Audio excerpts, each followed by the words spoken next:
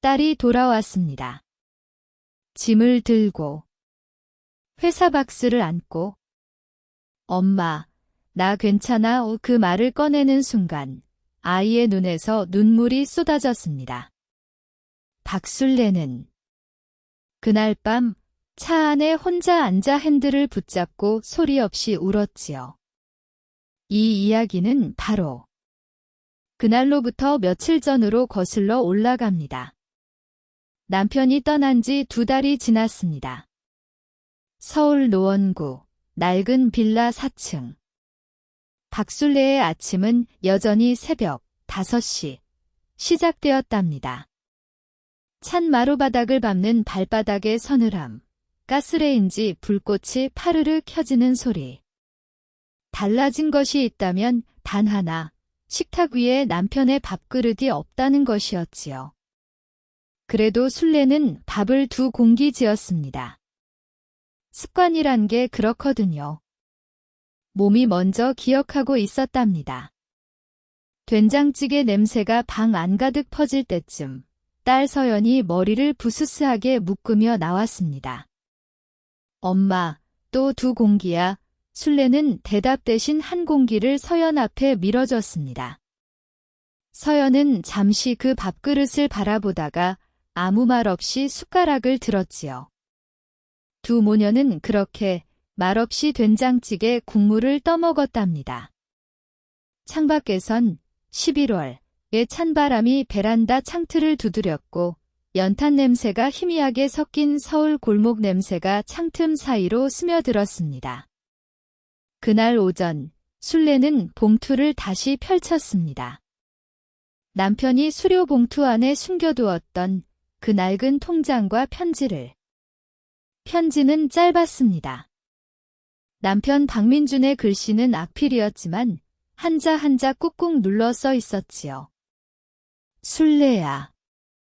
이 통장은 아버지 명의로 된 건데 도준이 손을 댄 게 맞다. 20년 이야. 내가 확인했어. 증거는 정희 형한테 맡겼어. 당신이 이 편지를 읽을 때쯤이면 정희 형이 다 설명해 줄 거야. 당신 혼자서도 할 수 있어? 믿어우 술래는 그 대목에서 입술을 깨물었습니다. 손가락 끝이 편지지 모서리를 잡고 파르르 떨렸지요. 20년 남편은 그걸 알면서도 이 말을 살아있는 동안 왜 못했을까요? 입안에 쓴맛이 돌았습니다. 통장 사본을 식탁에 펼쳤습니다. 농협계좌. 시아버지 박정수 명의. 그런데 출금 내역을 보면 매달 3번째 주 화요일마다 어김없이 150만 원이 빠져나갔더군요. 2003년 3월부터 2022년 11월까지 딱 20년 합산하면 3억 6천만 원이었습니다. 그런데 시아버지는 그 기간 내내 노인요양원에 계셨지요. 직접 출금할 수 있는 상태가 아니었습니다. 그렇다면 누가 그 돈을 뺐을까요? 과연 술래는 이 통장 한 장으로 20년의 진실을 밝혀낼 수 있을까요? 그날 오후 술래는 운전학원으로 향했습니다. 면허를 딴 뒤에도 정희 씨는 여전히 학원에 나와 있었지요. 공식적으로는 신규 수강생 상담 담당이라고 했지만 사실은 술래가 찾아오길 기다리고 있었던 것이었답니다.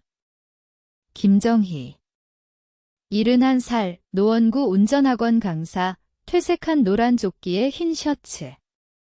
그러나 그 눈빛만은 70줄 노인의 것이 아니었습니다. 깊고 조용한 오래 기다린 사람의 눈이었지요. 술래가 통장 사본을 내밀었을 때 정희는 한참 그걸 들여다봤습니다. 그리고 천천히 입을 열었지요.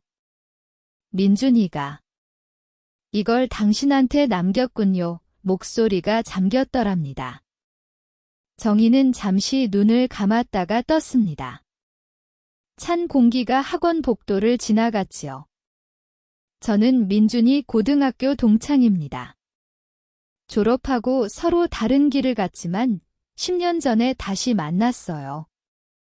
민준이가 이 학원에 찾아와서 당신 이름으로 수강 등록을 해뒀거든요. 그때 이미 이 이야기를 다 나눴습니다. 술래는 숨을 참았습니다.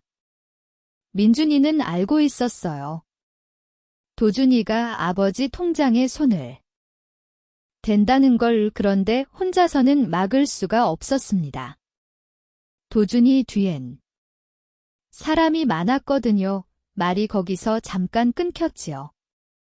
정희의 손이 책상 서랍 쪽으로 움직였다가 멈췄습니다.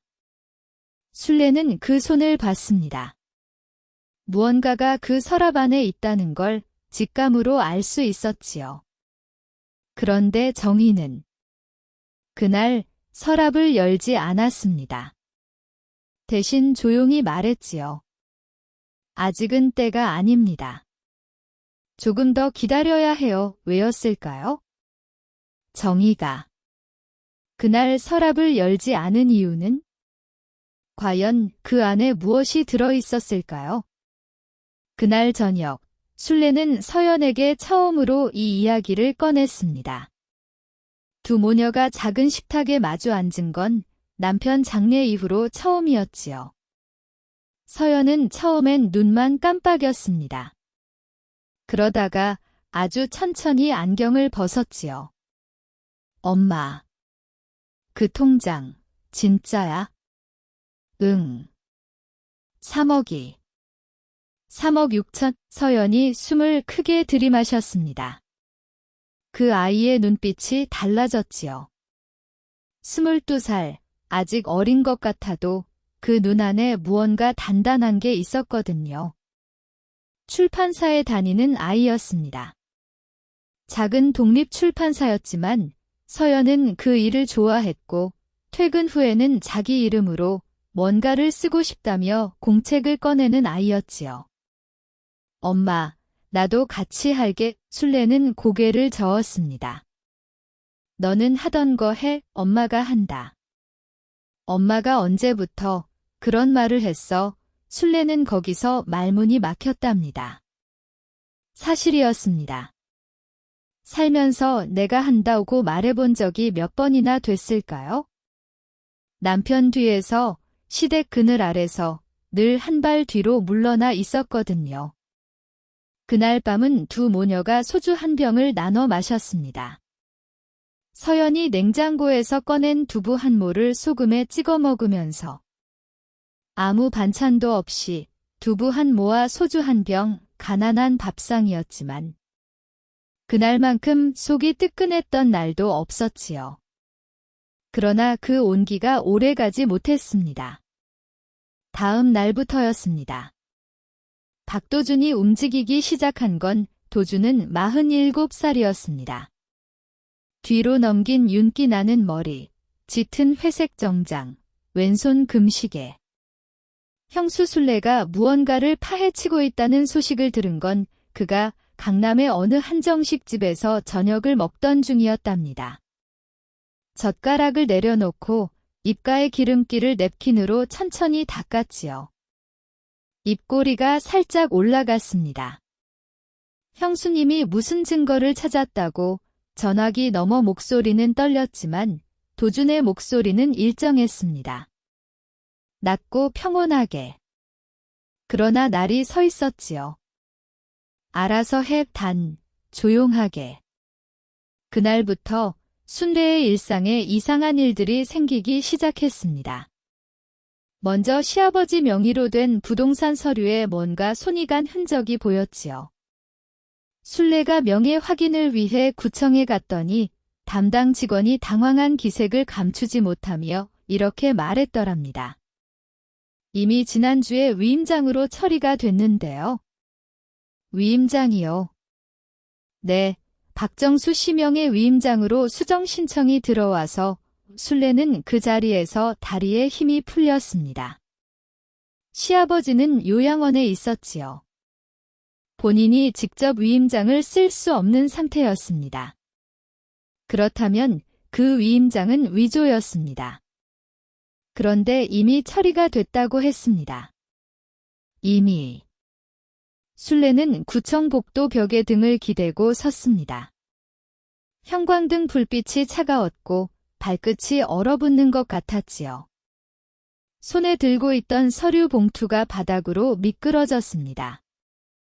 허리를 굽혀 줍는데 눈이 흐려졌더랍니다. 참았습니다. 거기서 울면 안 됐거든요. 과연 도준이 건드린 것은 부동산 서류뿐이었을까요? 아니었습니다. 더 있었지요. 사흘 후 서연에게 전화가 왔습니다. 낮 2시였지요. 순례는 빨래를 개고 있다가 전화기를 집었습니다. 엄마 한마디였지만 순례는 알았습니다. 목소리가 달랐거든요. 서연아, 무슨 일이야? 나 오늘 회사에서 말이 거기서 끊겼습니다. 빨래 개던 순례의 손이 멈췄지요. 가슴 안쪽에서 차가운 것이 쑥 내려앉는 느낌이었답니다. 권고사직 권유받았어. 엄마, 전화기 너머 서연의 숨소리가 들렸습니다. 흐느끼지 않으려고 안간힘을 쓰는 그 젖은 숨소리가. 알고 보니 도준의 지인이 그 출판사의 유일한 외부 투자자였더랍니다. 투자를 끊겠다는 압박 한마디에 사장은 서연을 불렀던 것이지요. 직접 서연에게 잘못이 있는 게 아니었습니다. 그저 순례의 딸이라는 이유 하나로. 순례는 그 자리에서 아무 말도 못했습니다. 입이 열리지 않았지요. 베란다 창밖으로 보이는 골목의 낙엽 한 장이 차갑게 날렸습니다. 10일 됐거든요. 더 이상 끌어들이면 안 되겠다 싶어요. 목소리가 흔들렸습니다. 70 넘은 그 노인의 목소리가 처음으로 떨렸지요. 미안합니다. 순례씨 정말 미안해요. 순례는 아무 말도 하지 못했습니다. 할 말이 없었지요. 원망할 수도 없었습니다. 자식을 가진 부모라면 누구라도 같은 선택을 했을 테니까요. 차에서 내렸습니다. 11월에 바람이 뺨을 때렸지요. 주차장 가로등 불빛이 아스팔트 위에 노랗게 고여 있었습니다. 순례는 걷지 않았습니다. 그냥 그 자리에 서 있었지요. 발이 움직이지 않았거든요. 얼마쯤 있었을까요? 차가운 바람 속에서 순례는 천천히 돌아섰습니다. 그리고 자신의 차로 걸어갔지요. 면허를 딴 뒤 딸 서연이 중고로 사준 낡은 하얀 경차였습니다. 운전석 문을 열고 안으로 들어가 앉았습니다. 문을 닫았습니다. 그 순간 바깥 소리가 다 사라졌지요. 바람 소리도, 낙엽 소리도, 가로등 불빛도. 차 안은 좁고 조용했습니다. 핸들이 차갑게 손바닥에 닿았지요.